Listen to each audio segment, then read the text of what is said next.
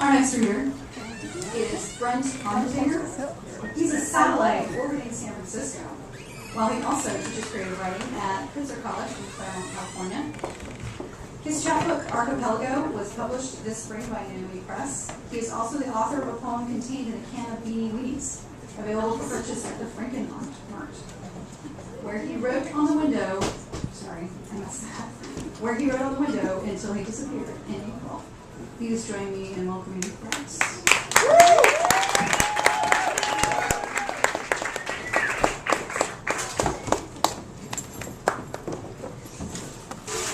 Hi. Apparently the Beanie Weenies are no longer there. Apparently they're now in Houston, Texas. But if you do go to the Frankenart Mart, which you should go to, it's at 6th and Balboa in the Inner Richmond. And I've started this thing called the Poem Booth Project. Has to do with a poetry hotline and a self-guided payphone poetry tour. You should go there. Anyway, it's a really great place. Oh, and my chapbook is back there.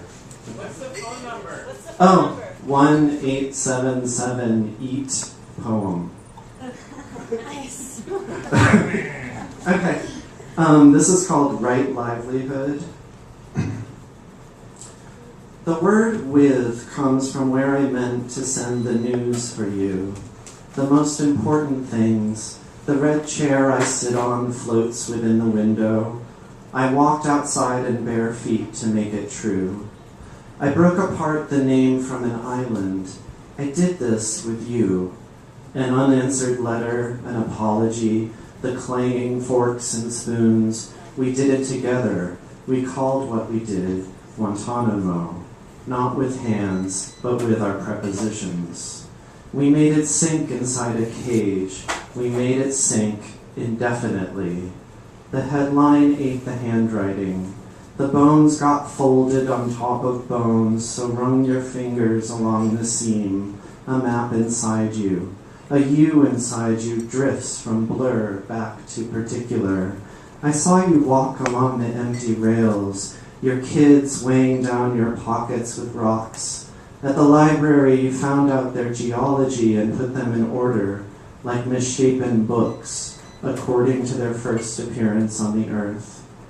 Prepositions matter, even when they're made on paper, a scream that's only heard on paper. What did they do that happened or keeps on happening to that woman in the bathroom? My friend calls 911, an apology that never comes. The police may never come to help her, with her, for, about, beside her. Maybe it happened a long time ago, said my friend, pointing to her temple. Or just now, said my friend, opening her hands. Someone else's long ago. I mind too much what is not mine.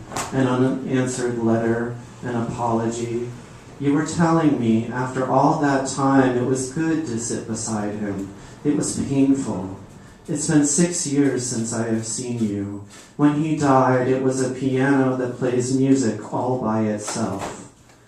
What ratio of news and light should a poem deliver? Like shadows sewn together.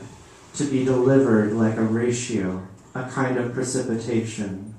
Somewhere, high above you, ice is also thawing, landing on a tongue that is not a tongue. I thought I could send your postcards back to you inside an envelope of my words, but I can't, not yet. They are on my table and on their way to you. This is actually called Toxic Assets. Thank you.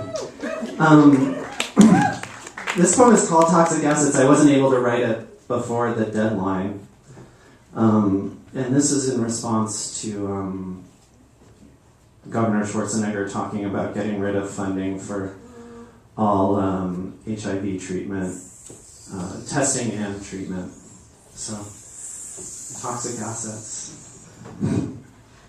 An acronym is a memory, the color of someone else's blood.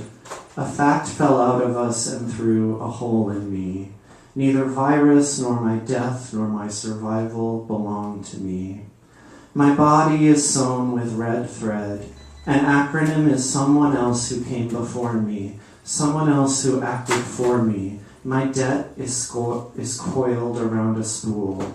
Act up, the breath between the verb and the direction, the disappearance on which all urgency, that rage that saved my life, I admit it, I envy it, that bell that clangs for me but not inside me.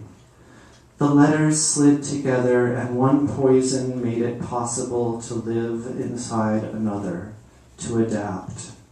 Our acronyms slid into each other, our clapboard house to guard elixir. To fix the budget, the governor proposes an estate sale. He'd sell the ill for fuel. Our bodies are in danger the moment I know that I somehow survived.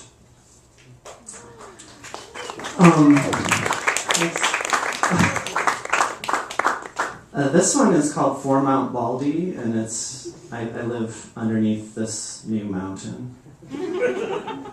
It snows in Southern California. It's a new mountain? Well, thank you, Sir Frank.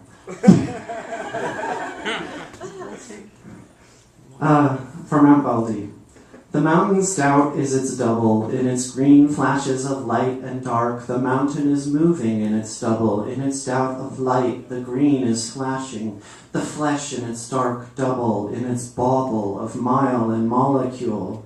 The mountain is moving in its molecule, in its thank you, giving the impression that the mountain is not moving for your emptiness and follicles, for your sharp turn in running as of a hunted hare, also of a river, for your exact copy in its minus sign in its double. The computer goes to sleep in its handwriting, giving the impression that the mountain is not a tree in its double. In its green flashes of handwriting, the mountain is moving in its antennae. The tree is moving in its handwriting, in its baldy, in its name, for your business, in its thank you, giving the impression that a leaf, giving the impression that a hello, a leaf is sleeping in its hello, in its crumpled telegram. The scissor is orbiting in its hand. The writing's double is its hand. In its crumpled eclipse of a scissor is hungry in its eclipse, inside its binary code, giving the impression that the desert is not sleeping inside the river. The Colorado River is not sleeping inside its Colorado, giving the impression inside its crumpled Colorado, the water's doubt is moving in its foliage. In its mountain is a question. A hunted hare is sleeping inside the double, trying to wake up inside the yes. Yes. I should also say that part about the hunted hare comes from the OED. That's the sixth definition of double. Okay. And that's just a little tiny one. Okay, this is what I have been made for. Where did I go, says the boy who has never been a boy. A hole in the wood becomes a church. Like scaffolding, the mountain I cannot climb, the cup I cannot drink from, and this somehow relieves me. I cling to my beliefs. Nothing makes it not a mountain. I know afraid is so like scaffolding. I know the hole in me is where a steeple would be. I can sleep here after the last of the cinders cool. A ladder leans against a ladder longingly, but shall not climb on thee. This is what I have been made for to walk across a ruthless me made of breath and not of wood. When it tumbles, less than sky is God's ambivalence. Thanks.